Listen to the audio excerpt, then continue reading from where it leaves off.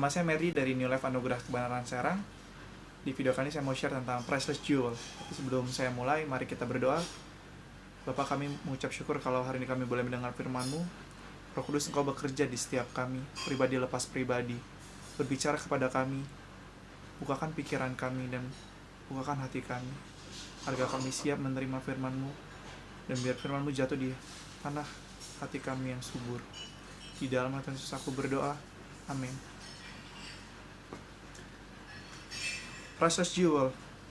Sewaktu Pak Steph ngomong di grup dan minta kami share di YouTube, judul ini adalah yang terlintas di hati saya. Kenapa? Karena hal ini adalah yang saya hidupi selama saya ikut Tuhan. Banyak sekali hal yang sudah terjadi, dan buat saya sangat penting sekali untuk saya bahas ini. Priceless Jewel berbicara mengenai hati.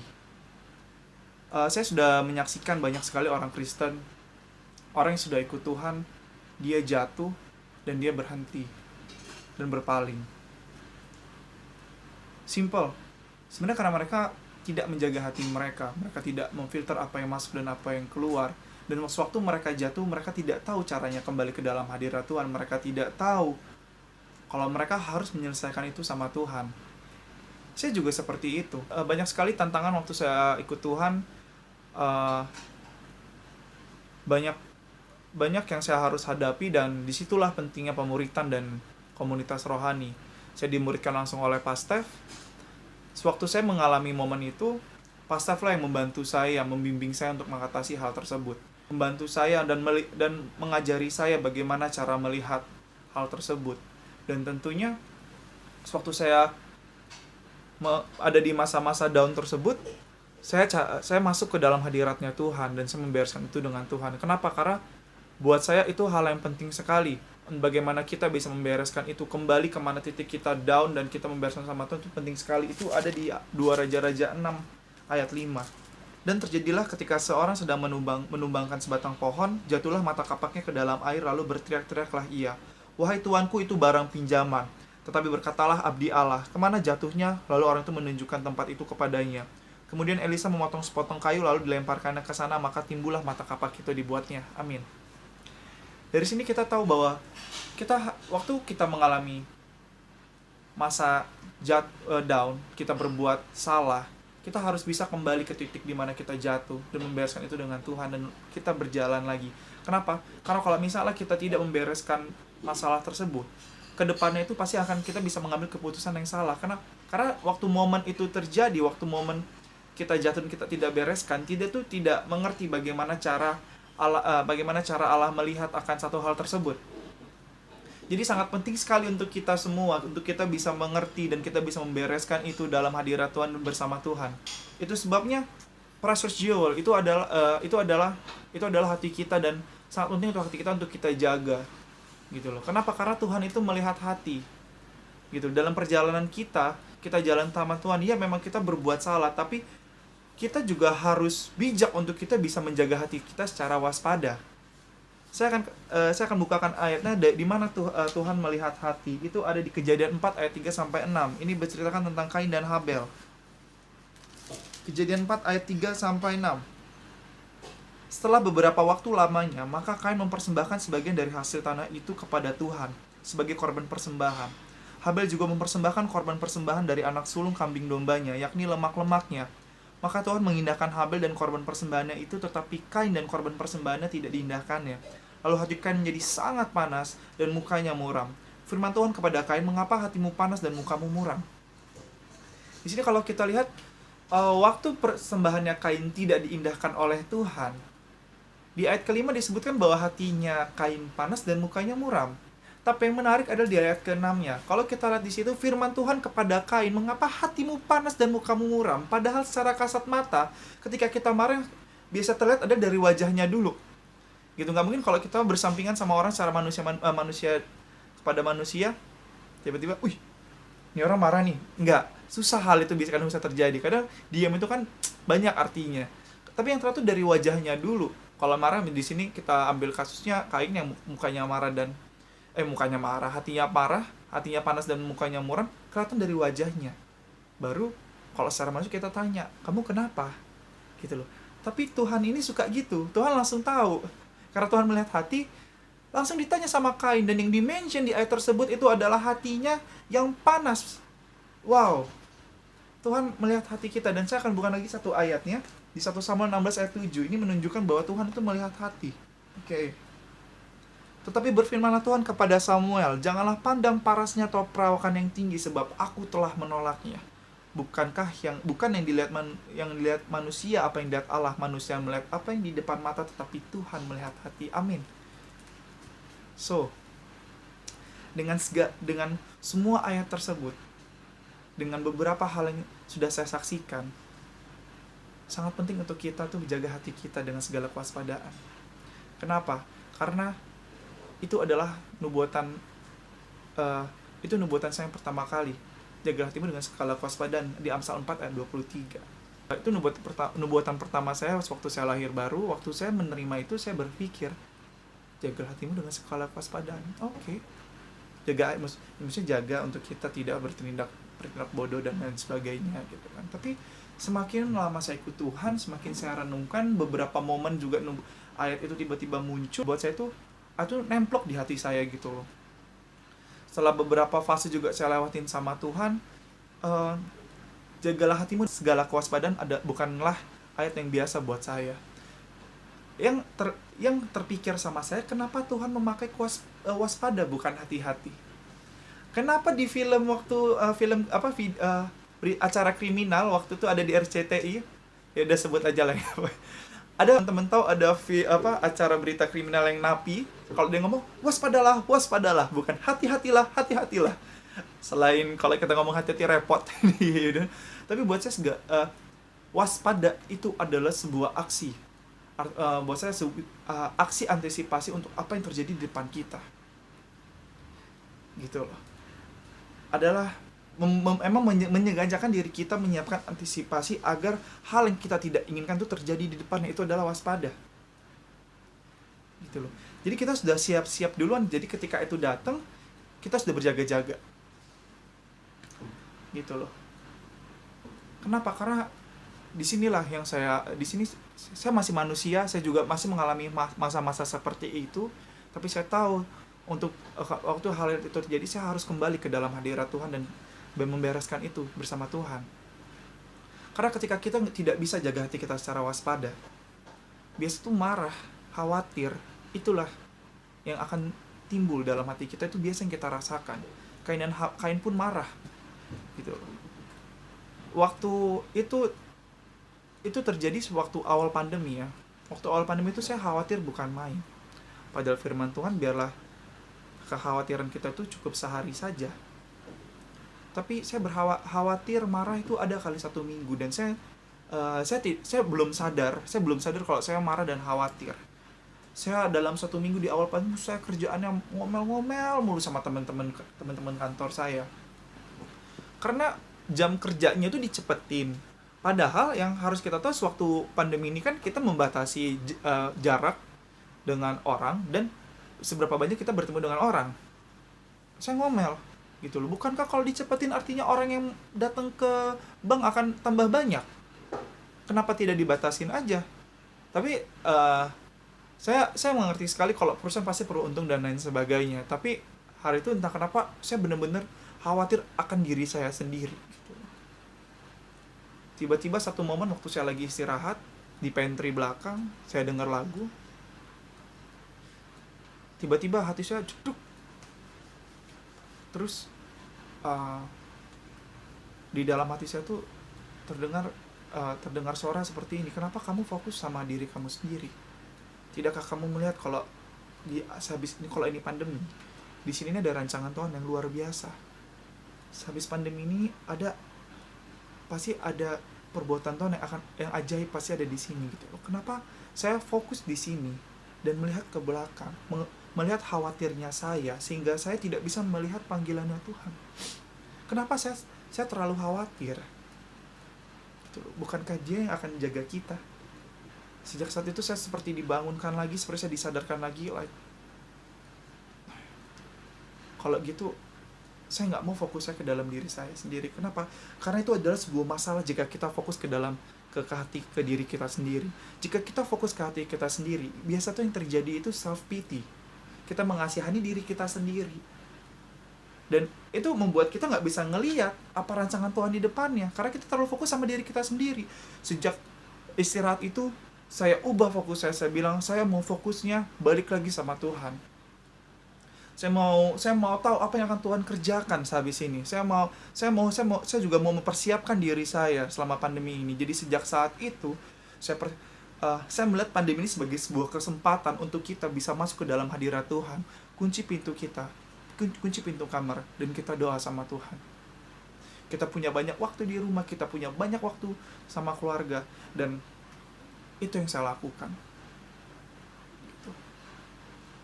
Sewaktu pandemi juga, saya juga sekali lagi saya bilang, saya ini masih manusia. Ada beberapa momen waktu saya melayani JMC dan saya merasa lelah. Saya merasa lelah karena semuanya seperti terkuras habis. Dan itu momen kenapa waktu saya merasa lelah, kayak beres kerja, banyak kerjaan, kerjaan saya makin banyak, dan di JMC juga banyak sekali proyek yang harus kita kerjakan untuk jemaat gitu. Sekali lagi, hari itu saya pulang kerja, saya bilang sama Koinsan, saya lelah sekali gitu. Tiba-tiba Koinsan tepuk saya, trik-trik, Mer, kamu tahu nggak? Di saat seperti ini yang berkapasitas untuk melakukan hal ini, kamu bisa. Lagi, Roh Kudus menyadarkan saya bahwa ini adalah kapasitasnya saya. Tuhan kasih kapasitas saya seperti ini, saya akan sikat. Saya akan kerjakan. Kenapa? Karena saya tahu untuk setiap proyek yang kita buat itu pasti memberkati jemaat selama pandemi ini. Jadi jangan lupa subscribe YouTube channel kita. Karena kalau setiap satu subscriber tuh nambah itu, hati saya tuh bersuka cita gitu. Akhirnya nambah satu orang lagi. Ya tentunya harapan saya juga dari channel kita bisa memberkati banyak orang selain di luar gereja ya, selain di gereja, di luar gereja. Udah kayak balik lagi. Jadi sejak Ko Insan tepuk pundak saya, tiba-tiba saya disegarkan kembali. Tuhan menyadarkan saya kembali. Itu, saya nggak mau sia-siakan waktu ini. Tuhan kasih saya 10, saya akan sikat 10-10-nya. Saya terbakar sekali untuk melayani Tuhan. Gitu loh. Jadi selama pandemi ini saya bisa bilang saya tidak mengalami karantina. Senin Jumat kerja, Sabtu Minggu saya pelayanan. Tapi tetap ikutin protokol. Dan saya setelah melihat dua momen itu, saya sadar bahwa penting sekali untuk jaga hati kita secara waspada. Saya nggak kebayang kalau misalnya momen itu saya marah sampai, saya nggak kebayang. Mungkin kalau misalnya Tuhan nggak bicara sama saya dan saya nggak punya hubungan yang kuat sama Tuhan, nggak punya hubungan yang intim sama Tuhan, nggak kuat, saya nggak bisa masuk hadirat Tuhan, mungkin sampai sekarang saya akan marah-marah gitu. Mungkin saya akan sebel banget ya sama kantor, sebel banget, dan itu berujung saya nggak jadi dampak untuk teman-teman saya di kantor.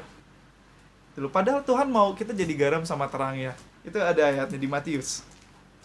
Mari kita buka di Matius 5 ayat 13. Garam dan terang dunia. Kamu adalah garam dunia. Jika garam itu menjadi tawar, dengan apakah ia diasinkan? Tidak lagi gunanya selain dibuang dan diinjak orang. Kamu adalah terang dunia. Kota yang terletak di atas gunung tidak mungkin tersembunyi. Lagi pula orang tidak menyalakan pelita lalu meletakkannya di bawah gantang, melainkan di atas kaki dian sehingga menerangi semua orang di dalam rumah itu. Yakin siapa yang mau taruh? Aneh. Demikianlah hendaknya terangmu bercahaya di depan orang supaya mereka melihat perbuatanmu yang baik dan memuliakan Bapamu yang di surga. Amin. Jaga hati kita selalu waspada, kita mengerti bagaimana Allah melihat, supaya kita bisa jadi garam dan terang dunia. Di Amsal 4:23 juga selain dibahas tentang kewaspadaan, di situ juga dimension terpancar. Buat saya terpancar tuh refleksi. Sejak saya melihat hal-hal tersebut, saya bilang sama Tuhan. Saya pernah punya satu Pastor Maul pernah bilang begini di 2016. Saya mau hidup saya menjadi warna untuk orang lain. Jadi ketika orang tersebut bertemu saya, dan hidupnya berubah, orang akan tanya ke dia, kenapa kok kamu bisa seperti ini? Jawabannya adalah karena saya mengenal Yesus, dan saya melihat hidupnya Pastor Moro. Kalau nggak salah kurang lebih begitu, intinya menjadi warna. Jadi ketika orang tersebut ditanya apa yang membantumu bertemu dalam Kristus, namanya beliau disebut.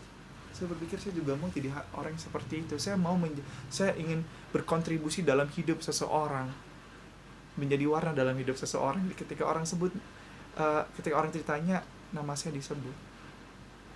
Karena saya mau kasihnya Allah itu masuk ke dalam hati saya dan menjadi warna untuk orang, dan membantu berkontribusi dalam hidup orang tersebut.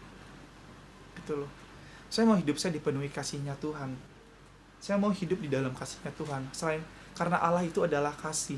Saya mau hidup saya menjadi pancaran kasihnya Tuhan untuk orang-orang dan memberkati banyak orang. Saya nggak mau buang-buang waktu saya. Saya sangat beruntung sekali kenal Tuhan di usia saya yang masih muda, sehingga saya bisa memanfaatkan banyak waktu untuk saya bisa menjadi berkat untuk banyak orang, bisa kerja bersama Allah di waktu saya muda.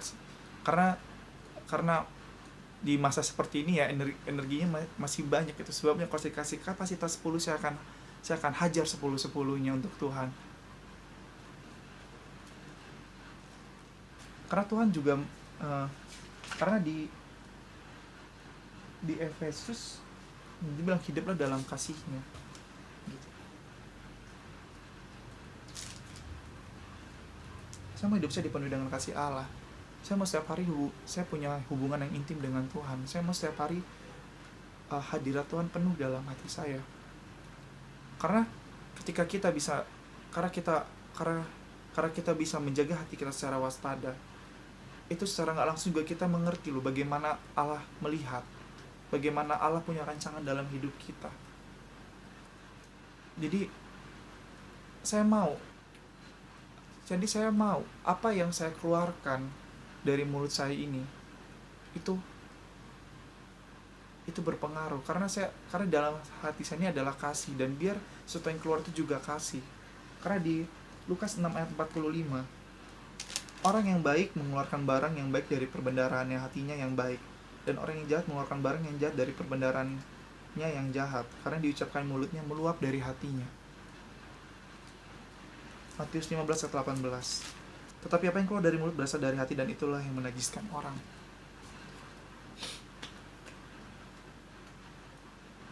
Sekali lagi saya bilang, saya mau hati saya penuh dengan kasihnya Allah. Jadi ketika saya berkata-kata, orang yang mendengar Injil dari mulut saya itu bisa remuk hatinya, karena mereka merasakan kasihnya Allah ada dalam hati saya.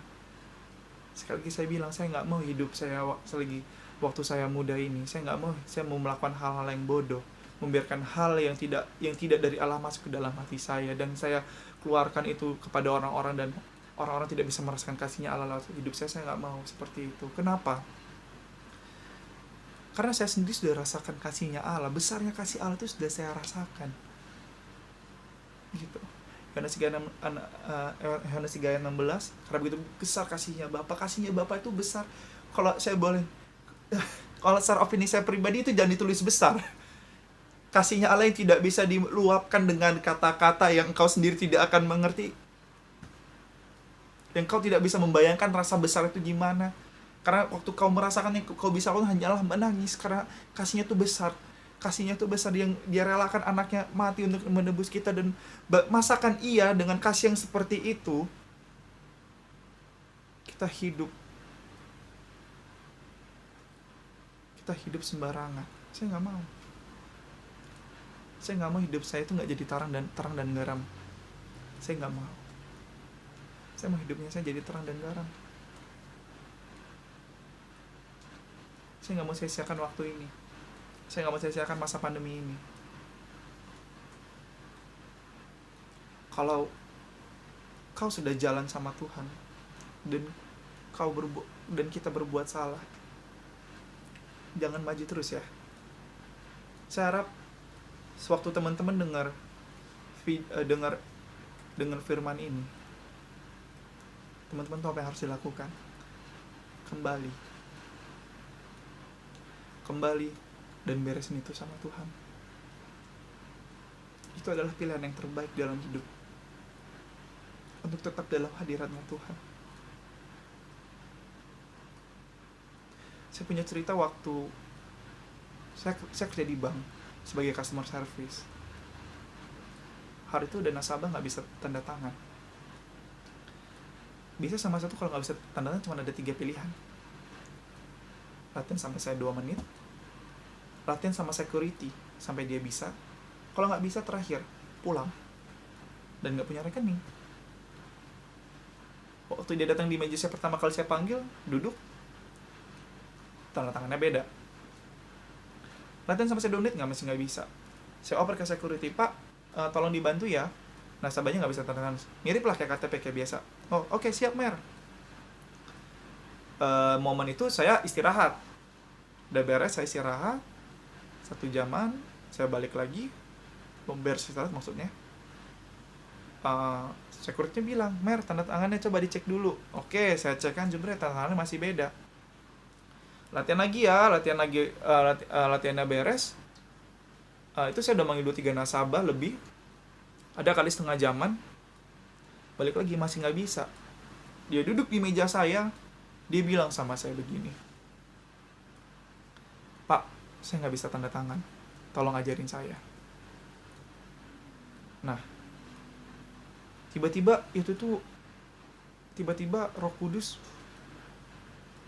dalam hati saya dek gitu.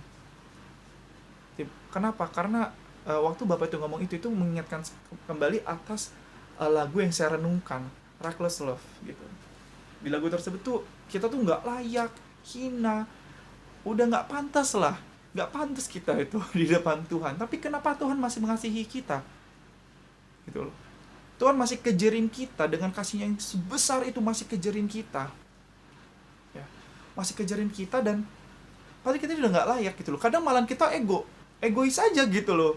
Tuhan ya udah, kita tetap jalan ke depan, dan kita nggak lihat kalau Tuhan itu ada, kalau Tuhan itu tungguin kita. Pernah nggak ngeliat meme ada anak kecil di sini nangis, di sini Yesus dia bawa bunga itu banyak.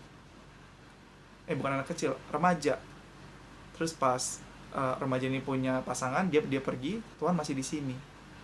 Terus nggak beberapa lama kemudian orang ini kembali, hatinya hancur karena dia ditinggal sama pasangan, dan Yesus masih di sini, dan dia peluk orang itu. Nah, tiba-tiba Roh Kudus bilang begini, kamu tahu nggak kenapa Allah begitu mengasihi kita? Karena Bapa tuh tahu kita nggak bisa menyelamatkan diri kita sendiri, gitu. Bapak tahu kita tuh nggak bisa menyelamatkan diri kita sendiri. Perbuatan baik kita tuh nggak bisa menyelamatkan diri kita sendiri. Itu sebabnya Bapak keras kepala mengasihi kita. Bapak kita tahu kita itu punya kelemahan, tapi simpel, turunin egonya sedikit.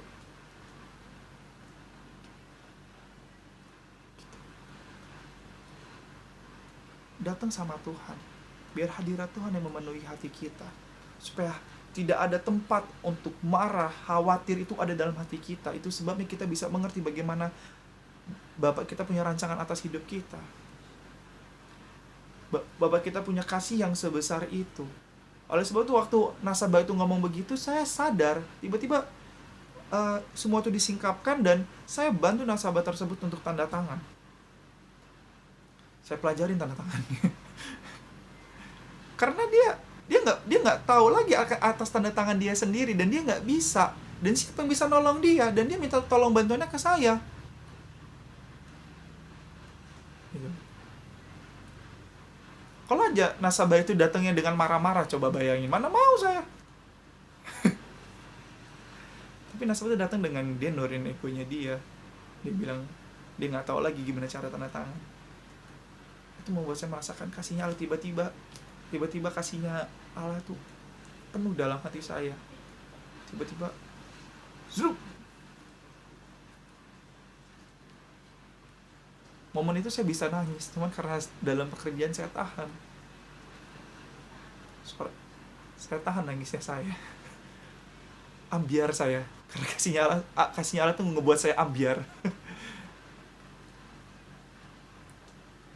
Karena momen-momen selama pandemi itu, saya melihat,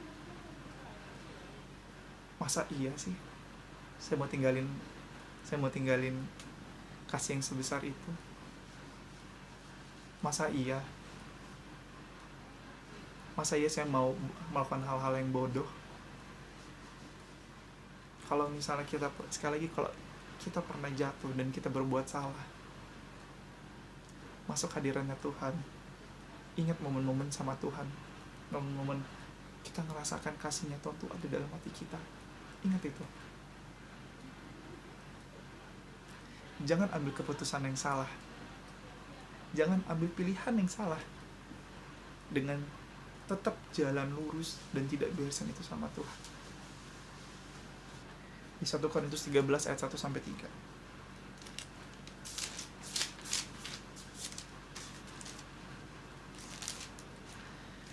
1 Korintus 13 ayat 1-13 ini berbicara tentang kasih. Sekalipun aku dapat berkata-kata dengan semua bahasa manusia dan bahasa malaikat, tetapi jika aku tidak mempunyai kasih, aku sama dengan gong yang berkumandang dan canang yang gemerincing. Sekalipun aku mempunyai karunia untuk bernubuat dan aku mengetahui segala rahasia dan memiliki seluruh pengetahuan, dan sekalipun aku memiliki iman yang sempurna untuk memindahkan gunung, tetapi jika aku tidak mempunyai kasih, aku sama sekali tidak berguna. Dan sekalipun aku membagi-bagikan segala sesuatu yang ada padaku, bahkan menyerahkan tubuhku untuk dibakar, tetapi jika aku tidak mempunyai kasih, sedikit pun tidak ada faedahnya bagiku. Kasih itu sabar, kasih itu murah hati, ia tidak cemburu, ia tidak membanggakan diri dan tidak sombong. Ia tidak melakukan yang tidak sopan dan tidak mencari keuntungan diri sendiri. Ia tidak pemarah dan tidak menyimpan kesalahan orang lain. Ia tidak bersukacita karena ketidakadilan, tetapi karena kebenaran ia menutupi segala sesuatu. Percaya segala sesuatu, mengharapkan segala sesuatu, sabar menanggung segala sesuatu. Kasih tidak berkesudahan.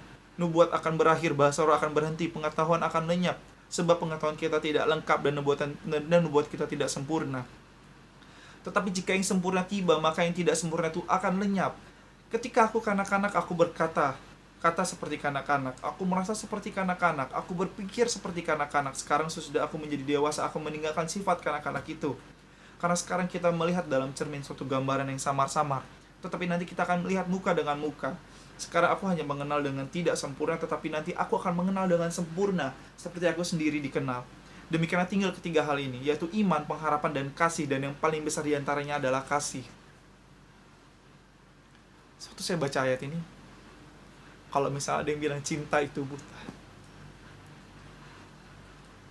cinta kita sebagai manusia itu kalau misalnya bilang buta, cinta buta yang sempurna itu adalah cintanya Allah sama kita. Buta cintanya. Kenapa? Kalau teman-teman tahu waktu cerita anak bungsu yang kembali, ya. Anak bungsu yang kembali itu kembali dengan keadaan yang tidak layak, hina, najis. Kenapa? Makannya ampas babi yang dimakan, bukan makanannya babi. Ampas babi yang dimakan. Kalian bisa bayangin seberapa jeleknya dia, seberapa tidak dalam bentuk sewaktu ia pergi. Tapi waktu ia kembali ke Bapa, dia bilang dia salah dan berdosa. Bapak sudah melihat dari kejauhan, bapaknya lari. Dek.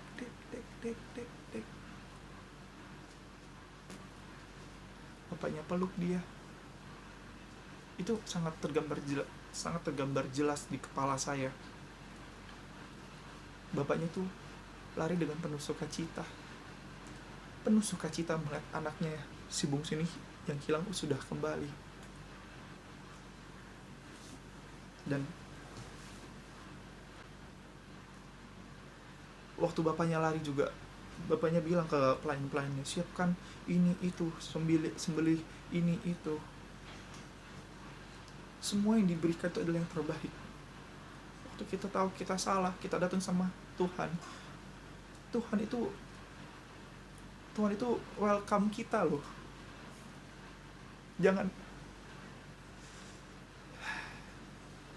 Jangan sok jago untuk hidup gak dalam hadirat Tuhan. Jangan sok jago.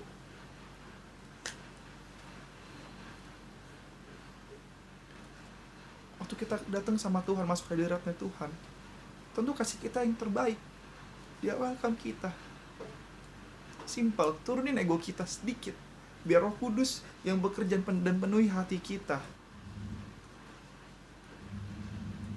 Jangan dipentok-pentokin, dipenuhin terus egonya, jangan. Dan di lirik lagunya Wayne Guthrie, di lirik lagunya, di refnya Wayne Guthrie, he ran to me, he took me in his arms, held my head to his chest, said my sons come home again, lift my face, wipe the tears from my eyes, with forgiveness in his voice, he said, son, do you know I still love you? Saya ulangi sekali lagi nih. With forgiveness in his voice, he said, son, do you know I still love you?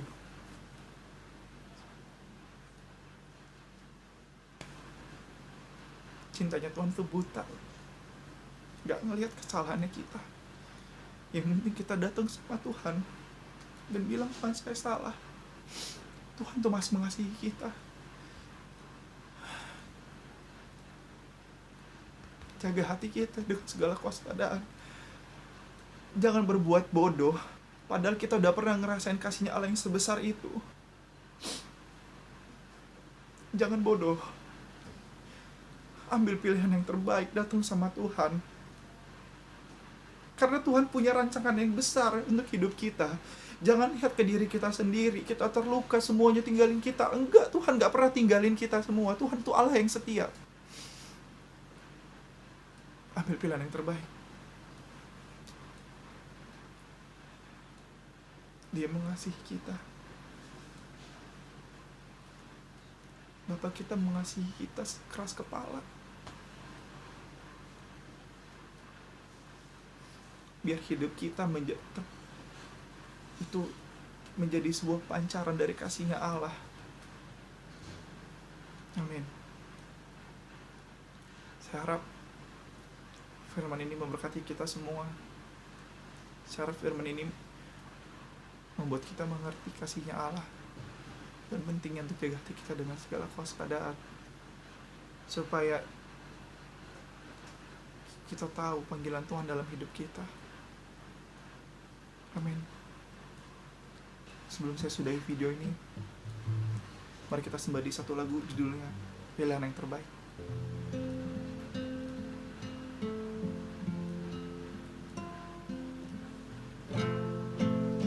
Hanya Engkau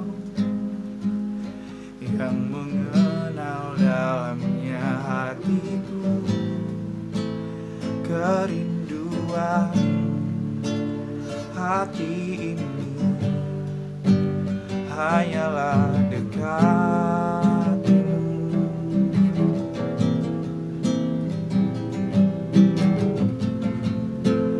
Mengenal-Mu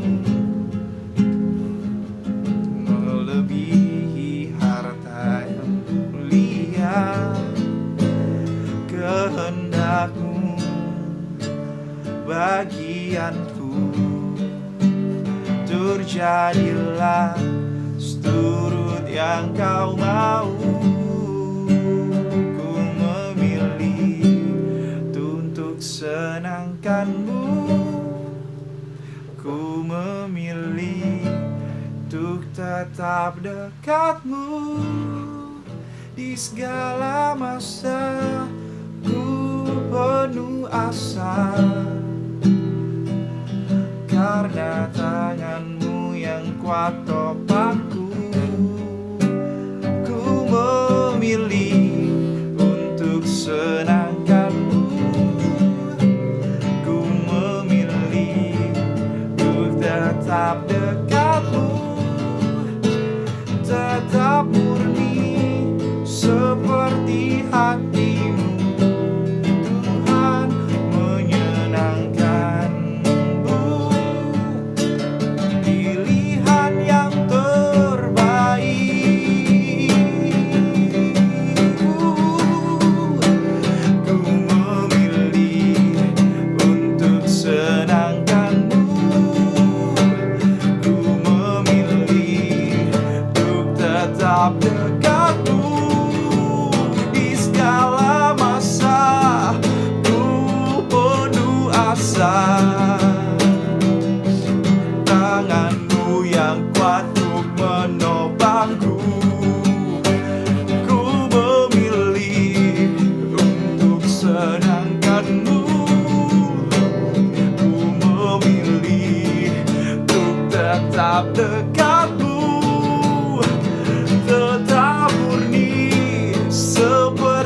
hati